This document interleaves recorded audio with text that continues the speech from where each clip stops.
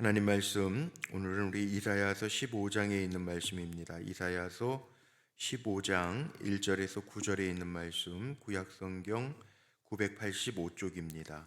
이사야서 15장의 말씀, 오늘도 우리 드라마 성경으로 함께 읽어가면서 묵상합니다. 모압에 관한 경고라. 하룻밤에 모압 알이 망하여 황폐할 것이며 하룻밤에 모압 기르가 망하여 황폐할 것이라. 그들은 바이까 디본 산당에 올라가서 울며 모압은 느보와 메드바를 위하여 통곡하는도다. 그들이 각각 머리카락을 밀고 각각 수염을 깎았으며 거리에서는 굵은 배로 몸을 동였으며 지붕과 넓은 곳에서는 각기 애통하여 심히 울며 헤스본과 엘르알레는 부르짖으며 그들의 소리는 야하스까지 들리니 그러므로 모압의 군사들이 크게 부르짖으며 그들의 혼이 속에서 떠는도다. 내 마음이 모압을 위하여 부르짖는도다. 그 피난민들은 소알과 에글랏 슬리시아까지 이르고 울며 루힛 비탈길로 올라가며 호로나임 길에서 패망을 울부짖으니 니므린 물이 마르고 풀이 시들었으며 연한 풀이 말라 청청한 것이 없음이로다. 그러므로 그들이 얻은 재물과 쌓았던 것을 가지고 버드나무 시내를 건너리니 이는 곡성이 모압 사방에 둘렀고 슬피 부르짖음이 에글라임에 이르며 부르짖음이 브에렐림에 미치며 디몬 물에는 피가 가득함이로다. 그럴지라도 내가 디몬의 재앙을 더 내리되 모압의 도피한 자와 그 땅에 남은 자에게 사자를 보내리라. 오늘도 한 날을 하나님의 은혜 가운데 살아가는데 하나님 보호하시고 둘러주시는 은혜가 우리 사랑하는 성도님들에게 가득하시기를 주의 이름으로 축복합니다. 오늘 말씀의 제목을 1절에 두 번이나 반복해서 나오죠. 하룻밤에 이 말씀 제목 삼아서 함께 좀 은혜를 나누려고 합니다. 이사야서는 전반부 39장까지는 심판에 대한 이야기고 40장서부터 66장까지는 회복에 대한 이야기입니다. 제가 지난번에도 말씀드렸지만 이사야서를 읽으면서 우리가 전체적인 성경의 구조를 볼 수 있는 것, 구약은 심판의 하나님, 그래서 공의로우신 하나님, 거룩하신 하나님에 대한 이야기가 많이 나옵니다. 신약에는 우리가 사랑의 하나님을 이야기하죠. 신약 성경은 예수님 보내주셔서 죄인된 우리를 구원하시는 이야기죠. 그래서 우리 신약 성경은 새로운 약속, 회복의 약속이라고 우리가 이야기를 합니다. 이사야서가 성경 안에 성경이라고 이야기해요. 66장으로 이루어져 있고, 지금 우리가 구약 성경을 보면서 이사야서 13장부터 16장까지 심판에 대한 이야기로 이루어져 있어요. 아수르, 바벨론, 블레셋, 오늘 네 번째로 이 모압에 대한 심판이 예고되어져 있죠. 15장, 16장은 모압에 대한 심판을 예고하고 있습니다. 그런데 우리가 기억해야 할 것이 있어요. 하나님께서 이스라엘 백성들을 징계하시는 건데, 징계하실 때 제가 지난번에 이사야서 10장 이야기할 때도 말씀드렸지만, 하나님이 이스라엘 백성, 하나님이 택하신 계약 백성, 하나님의 자녀들을 징계하실 때 죽으라고 하시는 건 아니에요.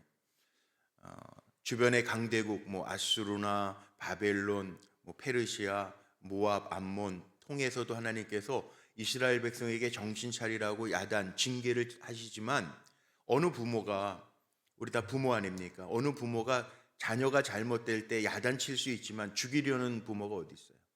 요즘에 하여튼 세상이 좀 험해서 가끔 가다가 뉴스를 보면 아이들 학대해가지고 죽이는 부모도 있긴 있지만 그건 아주 특별한 경우고, 대부분의 부모는 자녀들이 어긋난 길을 갈 때 야단을 치기는 합니다. 징계하기도 하고, 요즘에는 사랑에 매도되면 안 된다, 그래서 훈계하고 말로 양육하고, 그래서 주님의 말씀과 교훈으로 양육해라, 성경엔 이미 그렇게 나와 있는데 매를 댈지라도 죽이는 부모는 없어요. 정신 차리라고 사랑의 매를 대는 정도죠. 그런데 하나님께서 이 이스라엘 주변의 강대국들, 바벨론이나 아수르나 오늘 나오는 이 모압 같은 나라들은 하나님께서 정죄를 하시는 거예요. 우리 오늘 찬송했던 것처럼 내게 정죄함 없겠네. 정죄라고 하는 것은 심판이고요. 우리는 뭐냐? 히브리서에 보면 그런 말씀 나오죠. 하나님이 사랑하는 자에게는 징계하신다는 거예요. 징치는 죽으라고 하는 게 아니에요. 깨달으라고 하는 거죠. 이걸 우리가 보자는 거예요. 히브리서 12장 6절 같은 데 보면 그런 말씀이 있습니다. 주께서 그 사랑하는 자를 징계하시고 그 받으시는 아들마다 채찍질 하심이라. 때로는 사람 막대기, 인생 채찍을 통해서 우리를 깨닫게 하시는 하나님의 은혜가 있는데, 그러니까 하나님의 사랑 안에 거해야 할 이유가 여기에 있습니다. 우리는, 저와 여러분은 이미 구원받은 하나님의 백성들은 징계를 받을지언정 정죄함이 없다는 거예요. 그러니까 깨닫고 돌아오는 것, 제가 흔히 말하는 원위치 하는 게 참 중요하다는 거죠. 왜냐하면 정죄는 죄의 대가로 말미암아 받게 되는 심판이기 때문에 그래요. 오늘 제가 이 15장의 말씀을 가지고 나누려고 하는 게, 이 모압이 받게 되는 심판이 뭐냐, 그거에 대해서 말씀 나누는데, 16장 말씀에 보면 멸망의 이유가 분명하거든요. 멸망의 이유가 다른 게 아니에요. 모압이 왜 멸망했냐면 16장에 나옵니다. 하나님 멸시하고 하나님의 백성들을 멸시한 죄 때문에 모압이 멸망을 당하는 거예요. 하룻밤에. 하나님 쓸어버리시려면 하룻밤, 아니 한순간으로도 끝날 수 있어요. 흔히 쓰는 말, 훅 가요, 훅 가. 그냥 휙 가는 거예요. 하나님의 심판은 그래서 무서운 거예요. 사람의 손에 붙이지 아니하고 하나님의 손에 붙이신다. 이게 더 무서운 거예요. 그리고 우리가 잘 살아야 되죠. 왜? 사실은 징계도 안 받았으면 좋겠어요. 사랑의 채찍이라도 아프잖아요. 흔적이 남잖아요. 그냥 우리 성도님들하고 저하고는 정말, 제가 지난 주일에 헌금 기도하면서 그런 기도했는데, 하나님 순종하는 게 정말 익숙하고 편한 종들이 되게 해주세요. 이 불순종, 사람은 이게 습성이라는 게 있더라고요. 불순종하는 사람들은 보면 늘 불순종해요. 근데 순종하는 사람을 보면 늘 순종해요. 자녀들 길러 보면 아시죠? 똑같이. 참 이상한 거는 똑같은 공장에서 나왔잖아요. 아빠 엄마의 몸에서 나왔는데 똑같은 자녀들인데도 순종을 잘하는 자녀가 있고 불순종하는 자녀가 있단 말이에요. 그러니까 순종에 익숙한 사람이 돼서 징계도 안 받았으면 좋겠어요. 살아가는 동안에 정말 그런 마음이 있어요. 우리 성도님들, 제가 기도하면서 섬기는 우리 불국교회 성도님들이 순종에 익숙해서 하나님의 징계도 안 받고 사는, 물론 사랑에 매도받은, 하나님이 그 사랑하는 자에게 징계하신다고 하지만 이거 잘못된 길로 가기 때문에 징계하는 거잖아요. 징계도 사실은 안 받았으면 좋겠어요. 왜냐하면 징계가 좋은 건 아니거든요. 근데 이방 백성 모압은 하나님을 멸시하고 하나님의 백성을 멸시한 것 때문에 뭘 받는다고요? 정죄를 받아요. 심판을 받아요. 오늘 그 얘기입니다. 자, 1절 시작하면서 모압에 관한 경고라, 제목이 붙어 있어요. 모압에 대한 경고라. 이 모압이 어떤 나라입니까? 모압은 역사적으로 볼 때 창세기 19장에 나오죠. 창세기 19장에 보면 한번 이렇게 제목만 보세요. 창세기 19장에 한번 잠깐만 펴보세요. 창세기 19장에 보면 어디에 나오나?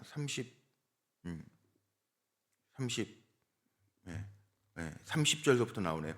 그 19장 30절서부터 보면 모압과 암몬 자손의 조상, 그리고 나오는데 30절에 보면 롯이 소알에 거주하기를 두려워하여, 여기 롯이 두 딸과 함께 소알에서 나와 산에 올라가서 거주하되 그 두 딸과 함께 굴에 거주하였더니, 31절 큰 딸이 작은 딸에게 이르되 우리 아버지는 늙으셨고 온 세상에 도리를 따라 우리의 배필될 사람이 이 땅에는 없으니 아버지에게 술 마시게 하고 동침해서 우리가 후손을 이어. 이게 모압의 자손, 모압의 조상들은 롯이 자기 딸들, 이게 뭐 말도 안 되는 얘기 아닙니까? 자기 딸하고 관계를 맺어서 자손을 이어가자 하고, 그러고 난 게 모압이란 뭐. 이게 모압의 조상이 이렇게 시작이 돼요. 그것만 있습니까? 우리가 아는 것처럼 민수기 22장에 보면 출애굽해서 이스라엘 백성이 그러니까 어떻게 보면 모압하고 이스라엘하고는 먼 사이가 아니에요. 롯과 그의 딸들로부터 이렇게 생겨진 조상들이, 그러니까 이스라엘하고 먼 게 아니에요. 그런데 민수기 22장에 보면 또 어떤 얘기가 나오죠? 이 모압 사람들이 이스라엘이 출애굽하여 갈 때, 가나안을 향하여 갈 때 뭐 합니까? 막잖아요. 우리 길 통과하지 마. 괴롭히는 거예요. 이게 모압이란 말이에요. 이스라엘 백성에게 가시 같은 존재. 먼 사이가 아닌데. 어떻게 보면 형제예요, 형제. 뭐 사돈의 팔촌 뭐 우리 이렇게 표현하지만 그 정도는 아니지만, 어떻게 보면 가까운 사이예요. 근데 괴롭혔단 말이에요, 모압이. 사사기 3장에 보면 또 모압이 어떤 얘기가 나옵니까?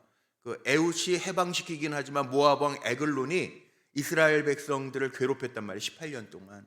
그 사사 에웃이 나타나서 이스라엘 백성을 건져내는 이야기가 나오죠, 모압 에글론 왕에게서부터. 그러니까 늘 이 모압은 이스라엘 주변에서 이스라엘을 괴롭히던 민족이에요. 나중에 16장에 나옵니다. 내일 말씀 볼 16장에 하나님이 모압을 징계하시는 게 아니라 정죄하시고 심판하시고 하룻밤 만에 다 무너뜨리시는 이유가, 물론 이제 BC 605년에 무너지죠. 바벨론이 침공해가지고 모압이 무너지죠. 근데 아주 없어지진 않아요. 나중에 BC 105년에 로마에 의해서 완전히 없어지는 게 모압 민족이에요. 그러니까 이사야의 예언은 틀리지 않아요. 구약 시대에 이사야서 선지서들이 쫙 있는데 진짜 선지자냐 가짜 선지자냐 그 당시에는 몰랐어요. 왜 성경에 39권 구약 성경 중에 선지서가 13권이나 되는데 이렇게 많지 그러잖아요. 그럼 다른 선지자들은 없었느냐? 있었어요. 그런데 이사야를 왜 더 대선지자라고 이야기하느냐? 이사야 선지자의 그 선포된 예언들이 틀림이 없다는. 그래서 진짜 선지자와 가짜 선지자가 구별되는 가장 기준점이 뭐냐 하면 선지자가 예언했던 것이 그대로 이루어지느냐 이루어지지 않느냐. 그러니까 이사야가 BC 730년경에서 680년경에 이사야서가 기록되잖아요. 그런데 이 말씀이 그대로 성취가 되는 거예요. BC 605년 예언된 지 100년 있을 때 바벨론에 의해서 크게 멸망당한 모압에 대한 경고인데 정신 못 차리고 심판이 있다. 하룻밤에 이 1절에 두 번이나 하룻밤에 알 지역도 기르 지역도 망하여 황폐할 것이라. 망한단 말이에요. 예언대로 망한단 말이에요. 그래서 진짜 선지자 이사야서는, 그래서 우리가 말씀을 보면서 이 모압이라고 하는 나라가 형제를 적으로 여기고 하나님의 백성임에도 불구하고 돕지 아니하고, 그러니까 하나님이 심판하시는데 어떤 심판이냐? 오늘 말씀 9절밖에 안 되니까 이게 무슨 심판이지? 이렇게 눈에 보면은 별거 없는 것 같죠? 아닙니다. 별게 있습니다.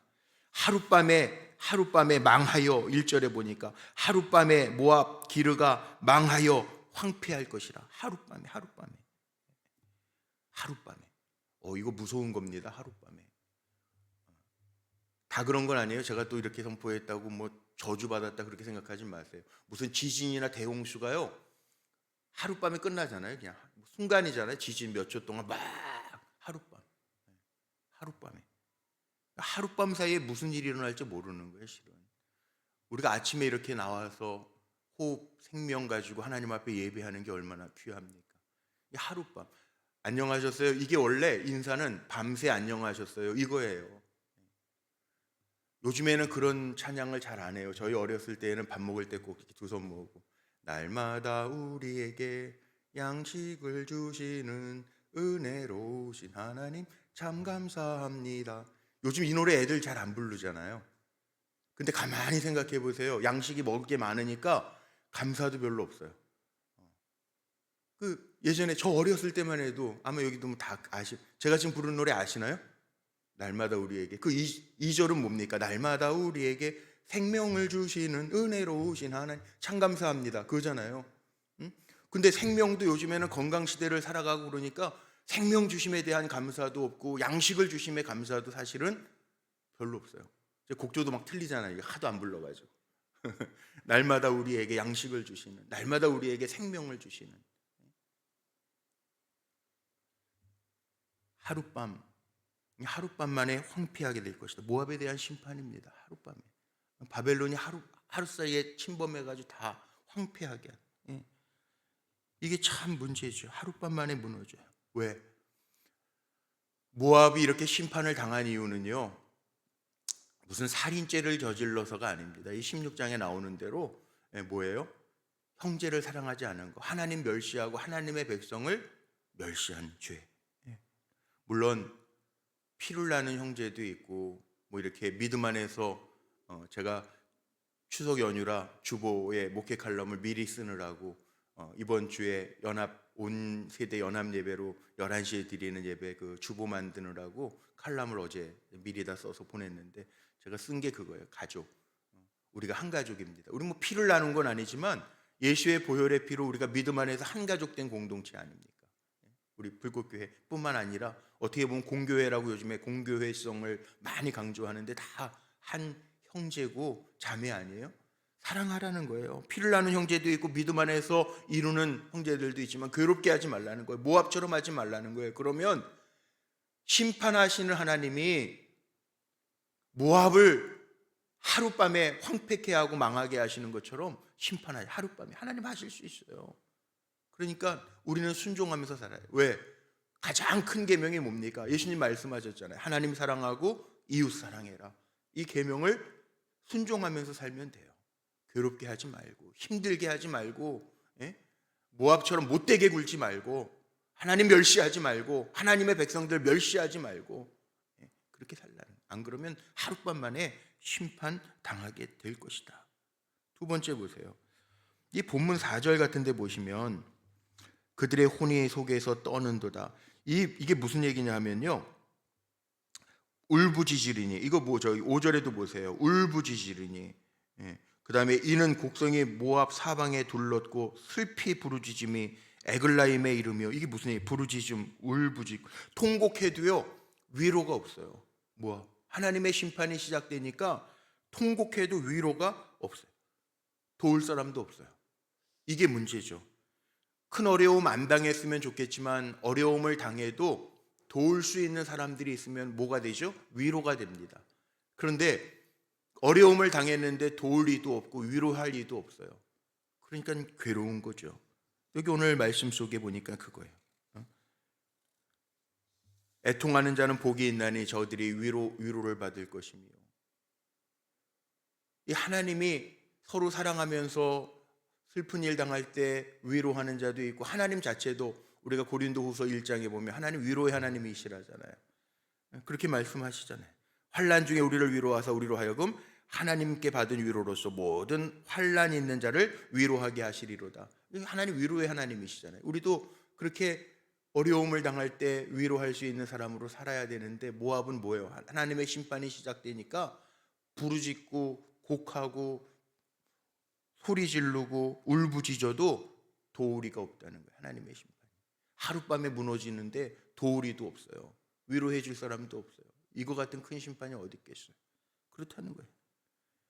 강하고 넉넉할 때 이스라엘 형제들을 잘 긍휼히 여기면 되는데 그 긍휼히 여김이 없음으로 말미암아 하나님의 심판이 이 모압에 이르렀다.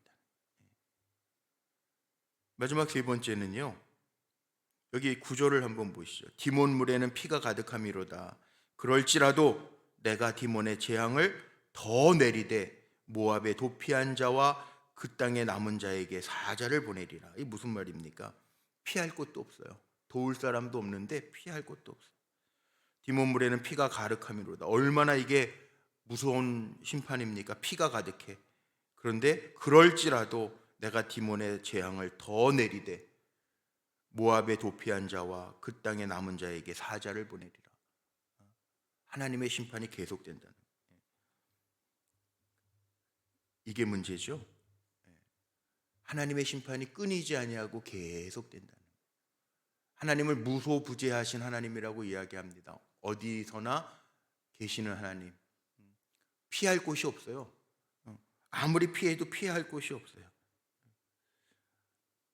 다윗이 시편 139편에 보면 내가 거하는 곳, 내가 음부로 내려가 피할지라도 하나님 거기에 계신대잖아요. 그러니까 하나님이 사랑하는 자에게는 내가 어느 곳에 가든지 하나님 피할 곳을 내시는 하나님이지만 또 하나님께서 벌 내리시려면 어디 꼭꼭 숨어서 머리카락 보인다. 아니, 하나님 다 보신다니까요. 사람의 눈에만 안 보이는 것이 하나님의 눈에는 다 보인다는 거예요. 이게 모압에 대한 심판이에요. 그러니까 우리가 몰라서 그렇지 이 이야기는 이사야가 이렇게 강대국에 대한 심판을 이야기할 때에는 뭘 얘기하는 겁니까? 힘자랑하지 말라는 거죠. 형제를 사랑하라는 거죠.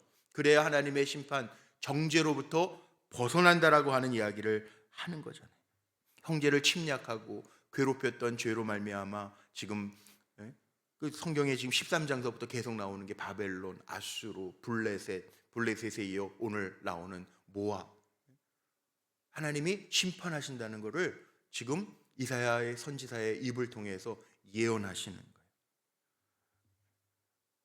아유, 살인죄도 아니고 형제를 미워하고 괴롭게 했는데 이렇게 큰 심판을 받아요. 하나님은 강대국도 쓰시고 이방 나라는 계약계 백성이 아니지만 이방 나라를 통해서 이스라엘 정신 차리게 하려고 하나님이 사용하지, 하나님의 도구로 사용도 하시는데, 오늘 말씀 통해서 우리가 깨달아야 될 게 있어요. 내일부터 이제 추석 명절이죠. 명절. 우리는 어떻게 해야 돼요?